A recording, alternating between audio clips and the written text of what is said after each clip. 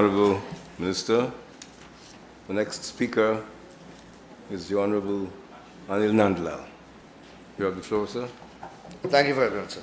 Sir, I rise to speak on the bill as before the House.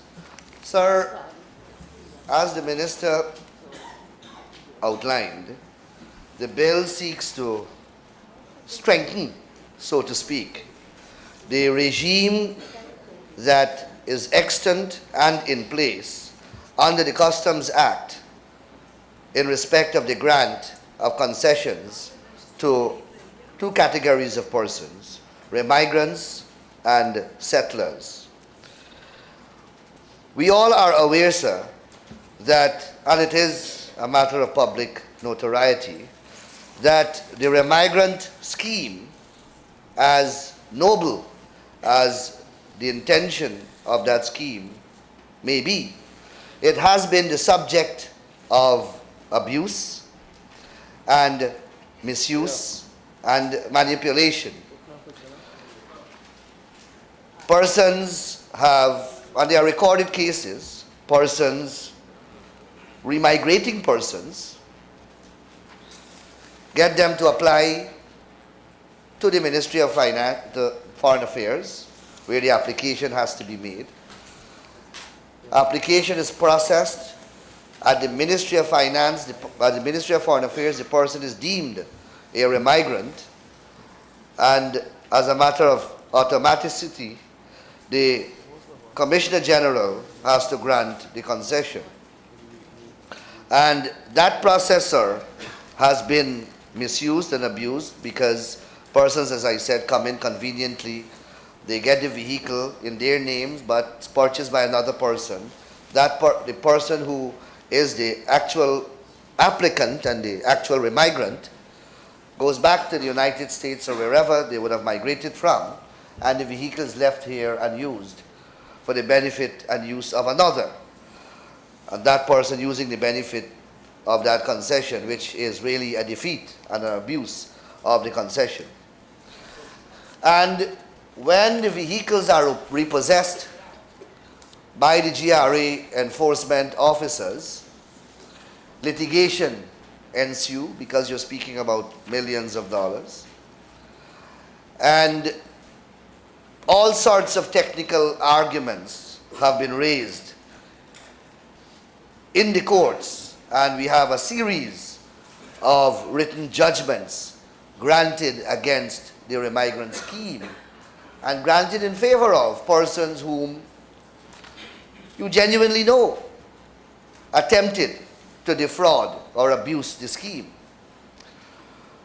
But there were loopholes in the system that needed to be corrected. And as a result, sir,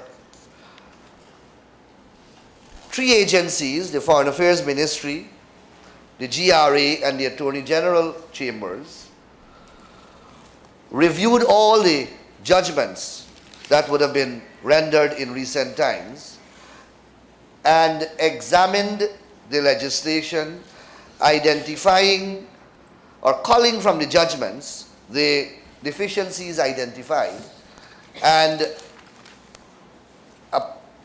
an opinion was prepared on how we can attempt to correct those deficiencies.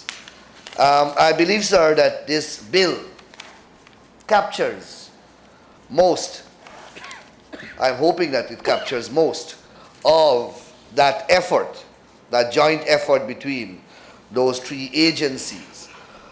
And that is essentially what the bill seeks to do, to strengthen the remigrant scheme, to prevent it from being abused. Hence the residency requirement that the person must remain in Guyana for 6 months, because as I said, the regular or the frequent scam was for the person to just come here fleetingly, make the application, and then return to their permanent abode in another country while the concession is being processed. So by this measure, the person must remain in Guyana. And then, sir, they must produce the certificate of title, registration, or other proof of ownership. And of course, the minister took the liberty of adding another measure, which is to bring in vehicles within a certain age group. We have no objection. Anyhow, the vehicles, because the duties on vehicles are so high, invariably, very new vehicles are brought in, and vehicles that would ordinarily attract high duties are the types of vehicles that are brought in any event. So you will have new vehicles in any case. And sir, the bill also deals with the prohibition against sale